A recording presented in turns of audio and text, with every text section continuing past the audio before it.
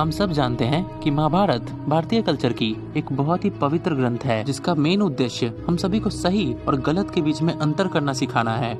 महाभारत कथा का भारतीय कल्चर के लगभग सभी एस्पेक्ट पे बहुत ज्यादा प्रभाव है और इसमें कोई शक नहीं है कि महाभारत आज तक की सबसे महान पुस्तक है। लेकिन दोस्तों, साथ साथ में हमेशा से एक सवाल उठता रहा है कि क्या जो पूरी महाभारत कहानी हम सुनते हैं और देखते हैं उसे मिथोलॉजिकल माना जाए या फिर एक हिस्टोरिकल रिकॉर्ड माना जाए। इस संदर्भ में किसी भी कंक्लूजन पर पहुंचने के लिए हमें दोनों साइड के आर्ग्यूमेंट्स को पूरी तरह से एनालाइज करना होगा। और शुरू में मैं ये बात कह देना चाहता हूँ कि जरूरी नहीं है कि किसी चीज का अगर एविडेंस अवेलेबल नहीं है तो वो हिस्ट्री में ना ही हुई हो। इतिहास में ऐसे बहुत सारी घटनाएं हुए हैं जिनका कोई प्रूफ नहीं है, लेकिन फिर भी हम उन्हें मानते हैं। लेकिन साथ में ह्यूमंस होने के नाते हमें प्रूफ ढूंढना अच्छा लगता है और आज की इस बहुत ही मजेदार वीडियो में मैं यही करने जा रहा हूँ। तो चलिए शुरू करते हैं।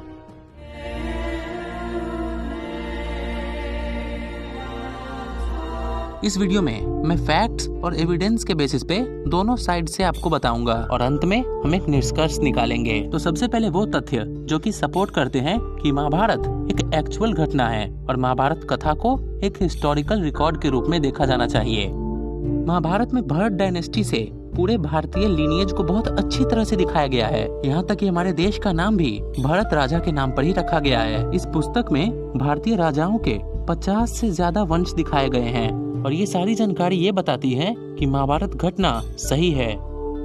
महाभारत पुस्तक खुद ही ये कहती है कि ये पूरी कहानी एक असल इतिहास है, ना कि कोई कथा या कहानी।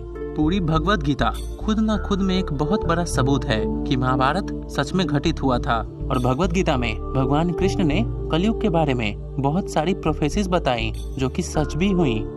द्वारका नगरी के समुद्र के अंदर प्रेजेंट होने के कुछ आर्कियोलॉजिकल प्रूफ भी मिले हैं। उसी प्रकार जिस प्रकार महाभारत कहानी में द्वारका नगरी के डूब जाने के बारे में बताया गया है।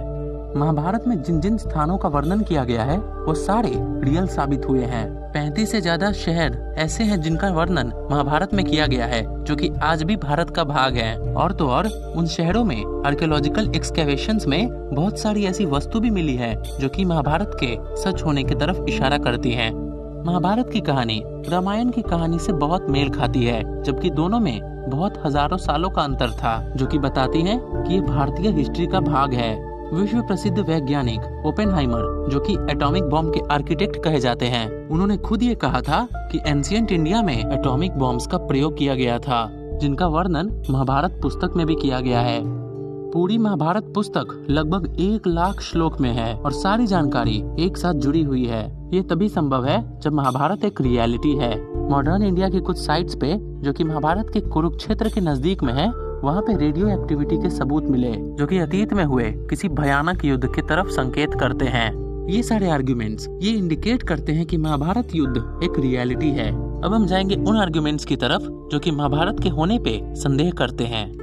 जिस तरह का डिस्ट्रक्शन महाभारत पुस्तक में कहा गया है वो असल में संभव नहीं है। महाभारत की एक लाइन में कहा गया है कि अरबों लोगों की मौत हुई थी, जबकि उस समय उतनी आबादी भी नहीं रही होगी।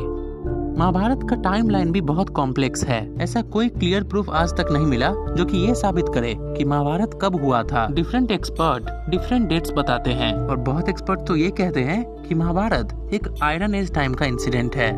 एटॉमिक वार थ्योरी को पूरी तरह से डिस्प्रूव कर दिया गया है और एक्टिव रेडियो एक्टिविटी के थ्योरी को भी पूरी तरह से रिजेक्ट कर दिया गया है, क्योंकि इतने समय तक रेडिएशन खत्म हो जाती है और एंशिएंट न्यूक्लियर ब्लास्ट होने के भी कोई ठोस सबूत नहीं मिले। समुद्र के अंदर से द्वारका के जो अवशेष मिले हैं उनसे ये भी साबित हुआ है कि वो पोस्ट मौर्यन साइट है, यानी कि मौर्य डायनेस्टी के बाद का।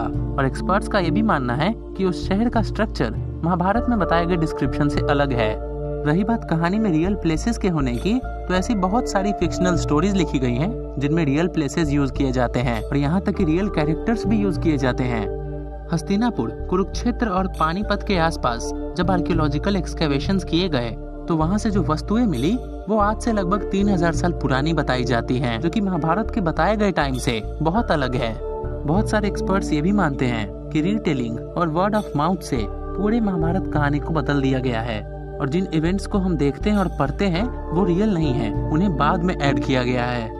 तो आफ्टर ऑल क्या कंक्लूजन आया दोस्तों, इससे कुछ बात निकल के आती है पहली कि महाभारत एक आयरन एज समय की घटना है, और दूसरी कि बहुत सारे रिटेलर्स और बाद के ऑथर्स ने ओरिजिनल महाभारत स्टोरी को पूरी तरह से बदल दिया। तो इन सारे आर्ग्यूमेंट से ये कंक्लूड किया जा सकता है कि महाभारत वार हुआ था, लेकिन जो कि हम पुस्तक में पढ़ते हैं वो पूरी तरह से सच नहीं है। उनमें बहुत सारे सुपरनैचुरल और अनरियल इवेंट्स को डाल दिया गया है। और ये बात तो सभी को पता है कि एक्स्ट्रा ऑर्डिनरी क्लेम्स के लिए एक्स्ट्रा ऑर्डिनरी एविडेंस चाहिए, जो कि आज तक हमें नहीं मिल पाया, लेकिन ये हो सकता है कि कहीं भविष्य में मिल जाए। साथ में ये बात भी दिमाग में रखिए कि सारे आर्ग्यूमेंट सिर्फ अवेलेबल एविडेंस के बेसिस पे हैं। रियलिटी कोई नहीं जानता, क्योंकि उस समय ना ही मैं था ना ही आप, सिर्फ भगवान कृष्ण ही जानते हैं। तो एक और ऐसी ही वीडियो के साथ हम फिर बहुत जल्द मिलेंगे।